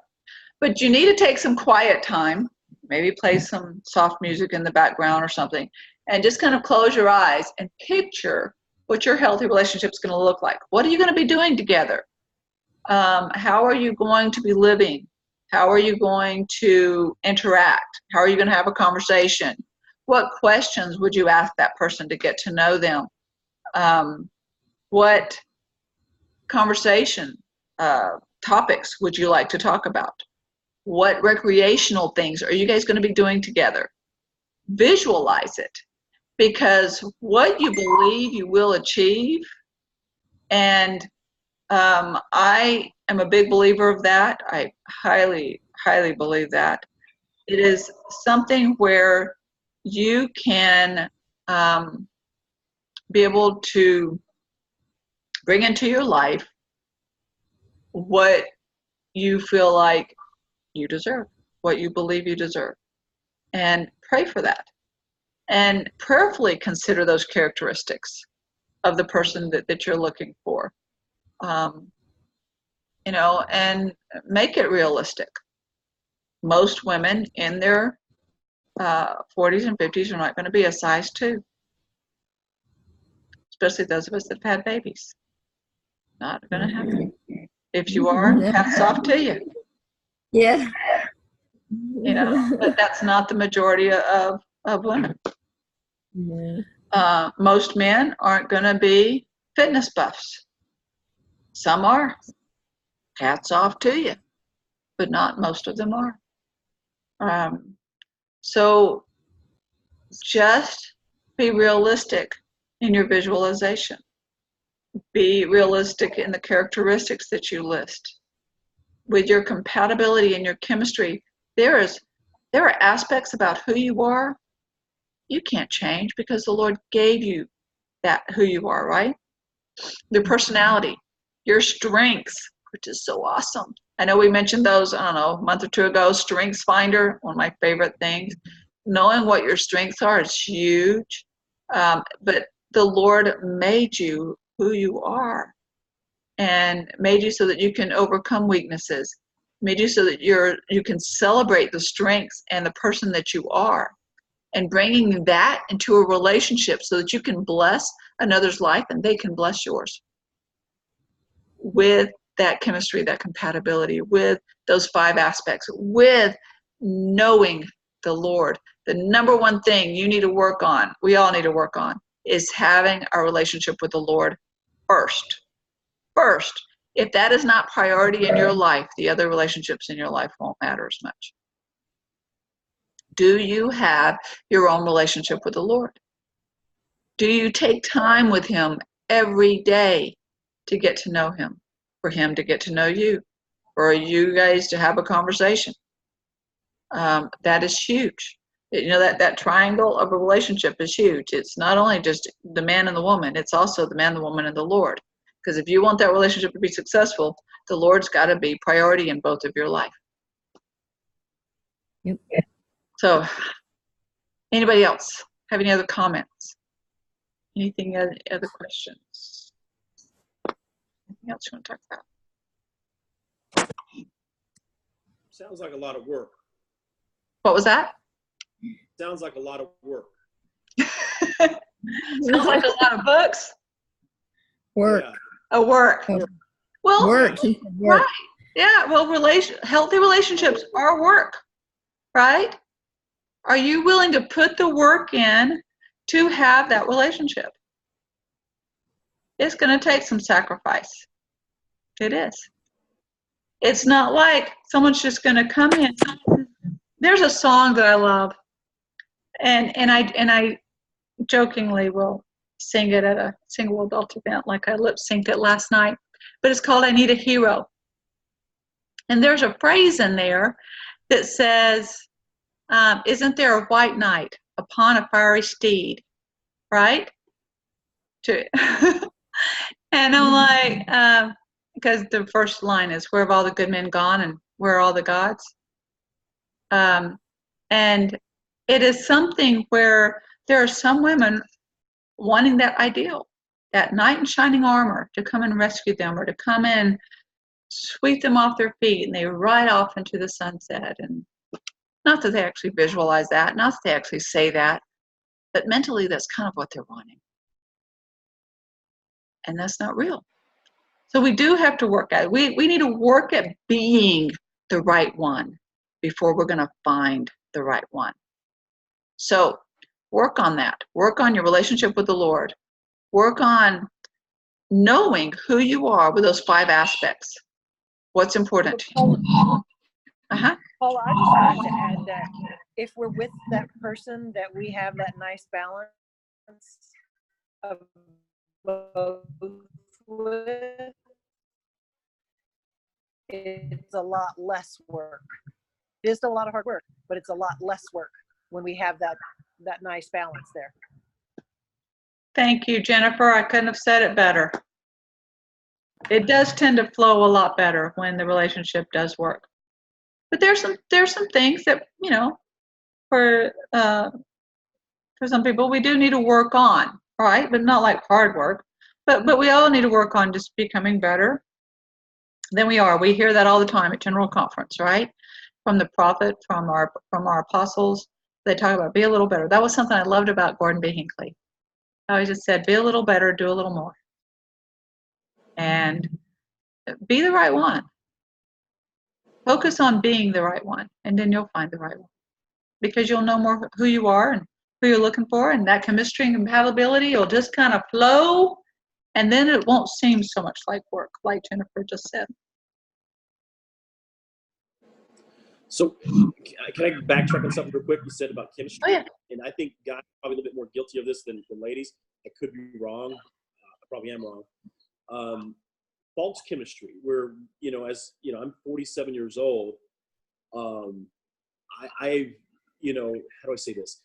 there's a meme that said a comment that, guys who are older should look for women who know CPR. Stop messing around with younger girls. And you said something that I like, is that we have this expectation that we're still, 2021, we're still looking for that 20, 21-year-old for men, for women, and I wonder sometimes if we, like you said, we have to grow up in our vision on what our realistic expectations are and stop. Not that I date anybody in the 20s. I'm definitely not attracted to anybody in the 20s. But I know there's guys out there who are older than I am, who are trying to pursue somebody 20 years younger than them. And I see these amazing women, I assume in their 60s. I'm like, dude, why don't you marry somebody, that you're compatible with? But I think you're right about realistic chemistry and not trying to look somewhere where you're not going to find success. And I think sometimes we do have a tendency to kind of force things there or try to look for things that aren't there, and we get disappointed. And we're like, why didn't that work? Well, dude, she's young enough to be your daughter. What do you think? Unless you got a couple $100 million in your bank account,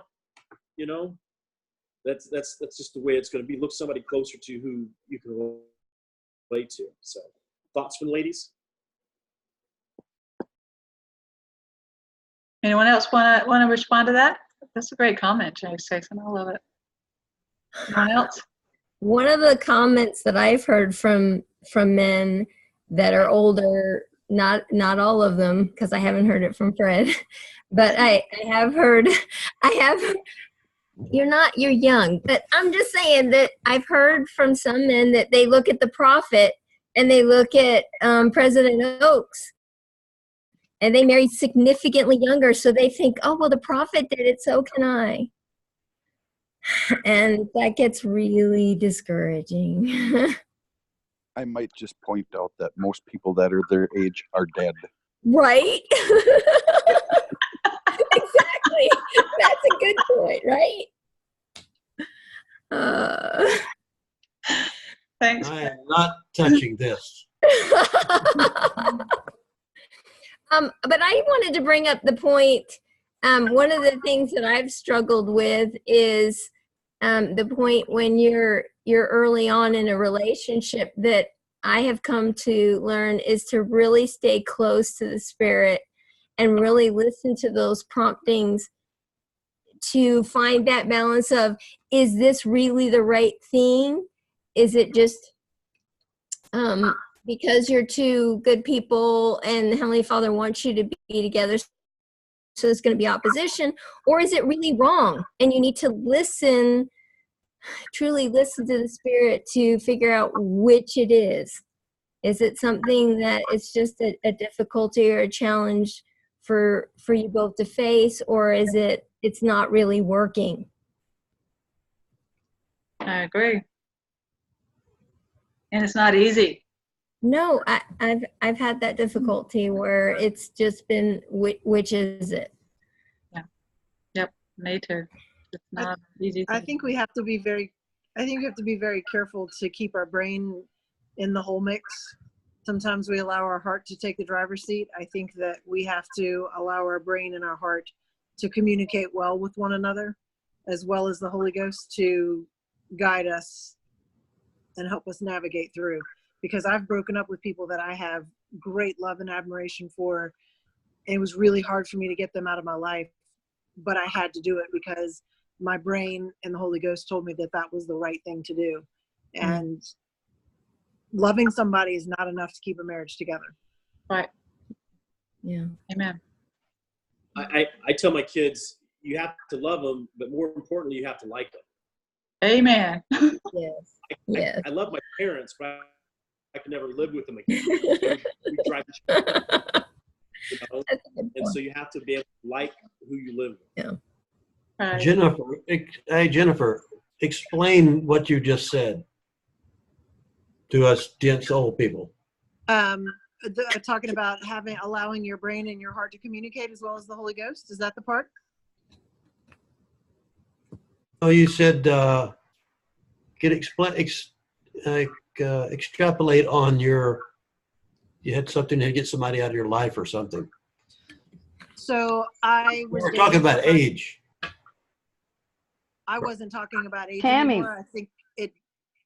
I think it kind of evolved into how do you tell when it's right, or how do you keep that on track? Yes. And I was just saying. Yeah, that how to not let your heart take over your head when you know something is wrong or somebody isn't, not like you need somebody out of your life kind of thing. I think that was what you were getting at earlier. So so I've heard a lot of women that will, I don't know if the right word is complain, but let's say voice their opinion about older men who only date younger women. And I've known a few, and it is frustrating for those of us that are a little older, that don't meet that age range. I used to joke, I had a friend, Yeah. and he was just a friend, where we were not ever going to be dating, but he was 59 or 60, and people would be like, hey, Paula, maybe you should date him. I'm like, nope, I'm too old for him.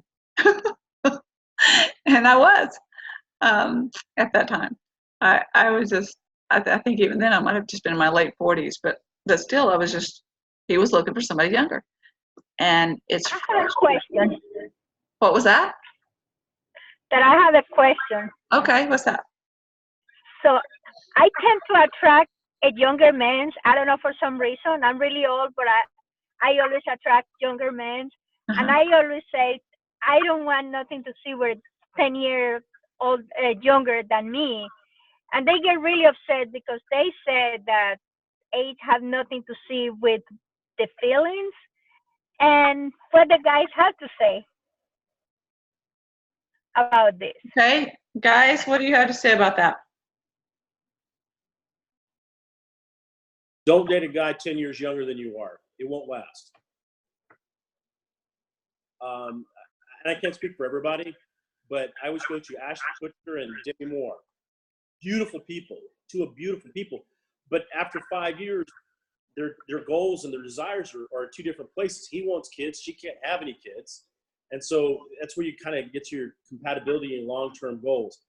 And the other thing, and I'm probably going to get hate mail for this, if a guy's in his 30s wanting to date a woman in her late 40s who looks 21, and all women in their 40s look 21, by the way, just to put that out there, there's other issues that I would be concerned about. Because men, and we talked about this, men are naturally attracted to, and I can't remember who said it, a physical aspect to it, a younger person. So if a guy's, and I don't have money either. Okay. If a guy's attracted to an older woman, it makes me think there's something else going on that eventually you'll discover that there's problems. Because if you cannot attract a woman your age or younger, then there's other issues. Now, Demi Moore and Ashton Kutcher different, but it wasn't a long-term relationship, and everybody knew it. There wasn't a secret about this, because eventually he's going to want kids. But a guy in our reality who's not famous or multimillionaires, that's a huge warning sign. I would tell you to steer clear of guys like that, because not to be Freudian, but there's either mother issues, or there's something, insecurity issues, jealousy, controlling. Huge warning sign. Now, 2 to 3 years, that's probably a little bit different because you're closer in age and compatibility. But longer than that, that's what the guys who were in their so somebody mentioned President Nelson and his wife. She was 55 when they got married.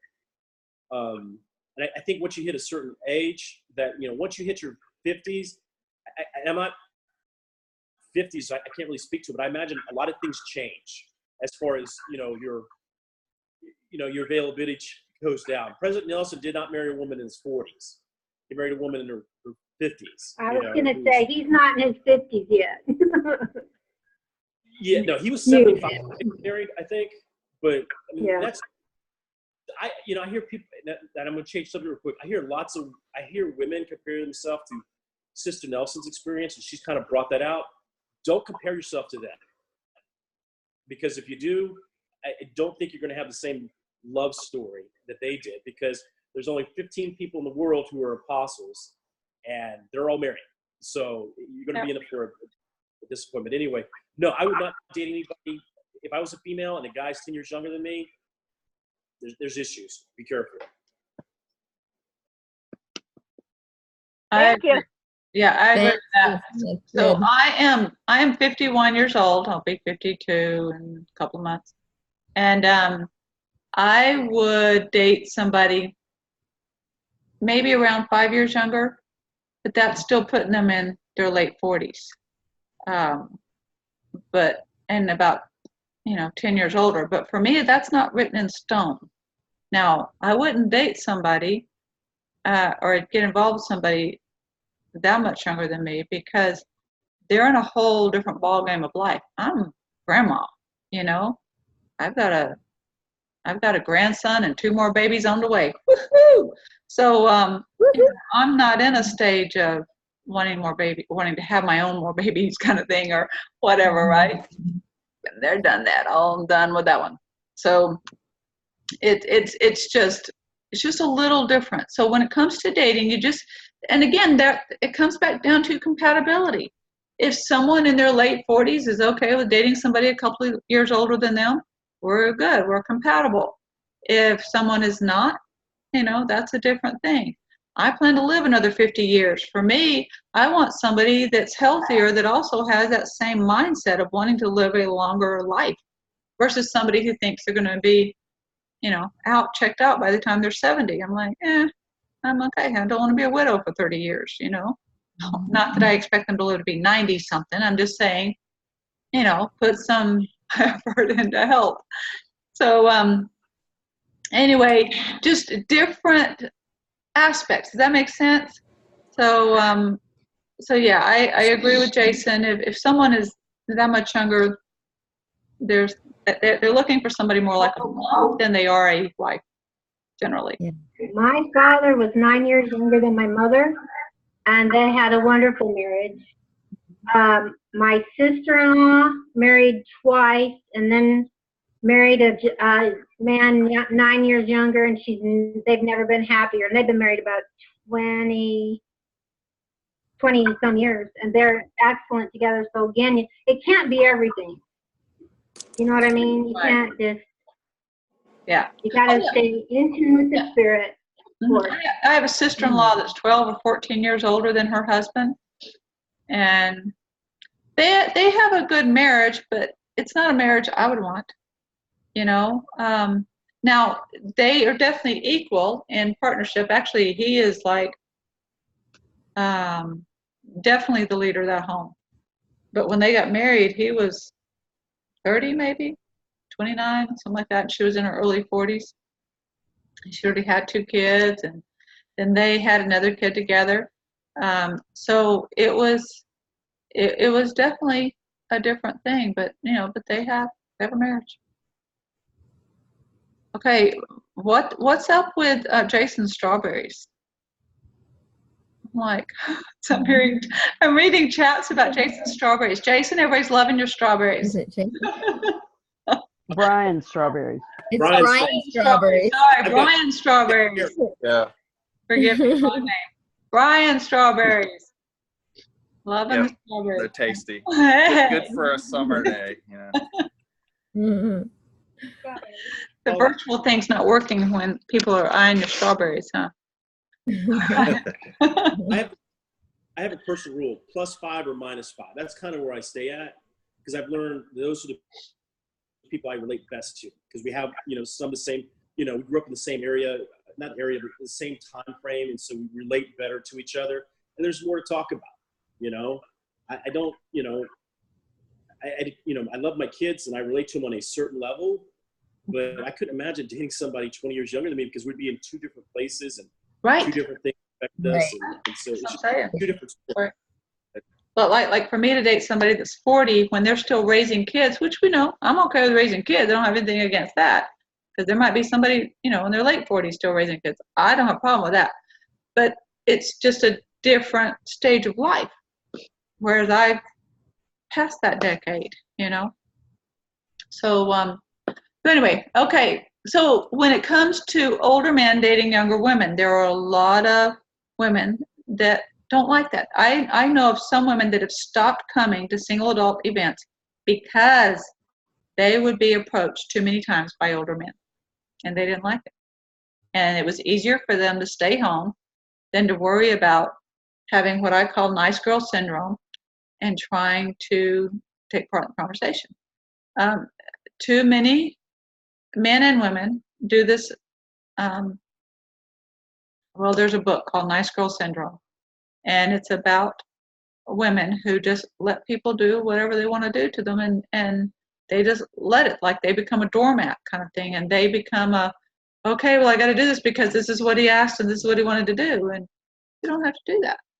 You can very politely and very kindly excuse yourself, and just go have a conversation with someone else. You don't have to be rude about it. You don't have to, hurt anybody. It's just there's a way to do that. But yeah, I wouldn't go. But then there are women that are okay with dating older men too. So I mean, for some reason that there does seem to be that double standard there. But for a man that much younger, it's different.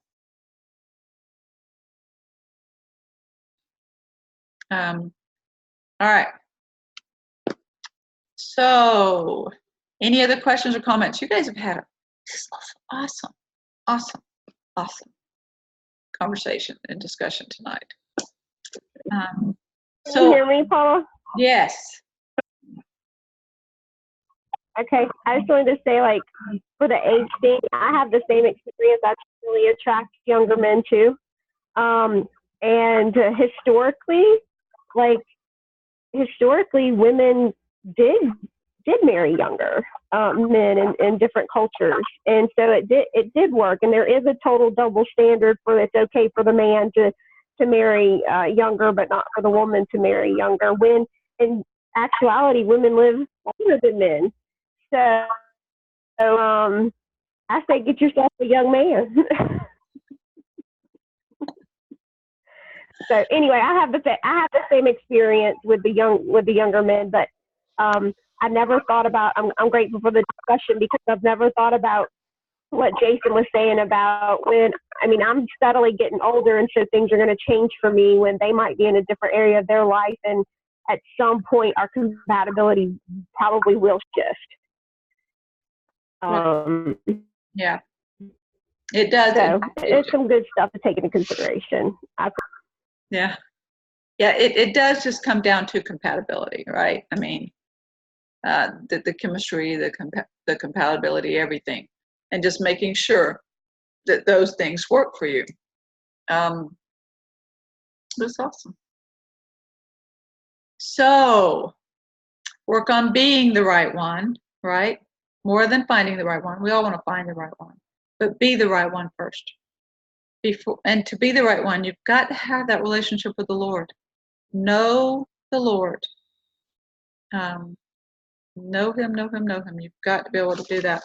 I'm going to talk next week about a couple of other things with the 5 steps to different personal development type things with knowing the Lord. Well, first it's going to be knowing the Lord, and we'll talk about other things next week when it comes to the church, the religious aspects of. Hey, Paula.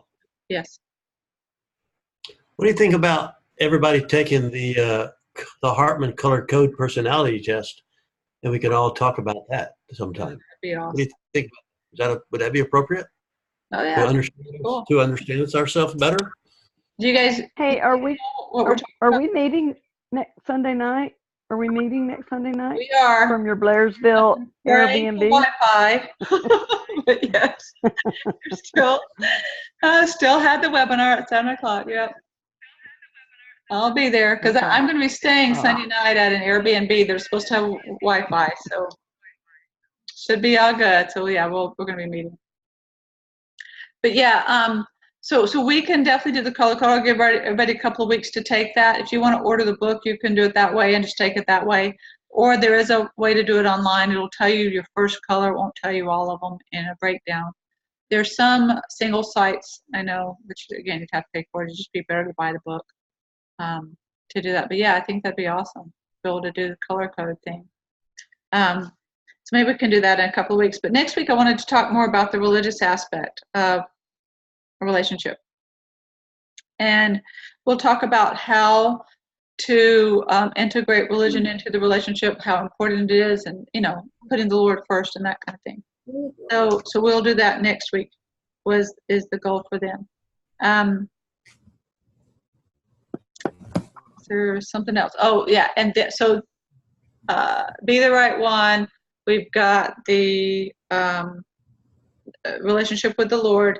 And then make your list. I mean, it really does help to have it written down. You may not believe, you may think, oh, I've got it in my head, I'm good. But it really does help to get it on paper and just look at it. And then create that vision board, if you will. That's another challenge if you want to do that. Have that visual of who you're looking for, that ideal person. That ideal is the right word, but have that person that you're looking for in your life, you know, because that is important. Have that visual. All right. Anything else? You guys are awesome. I really appreciate you. I appreciate you spending Sunday evening with me. And if you guys are going to be at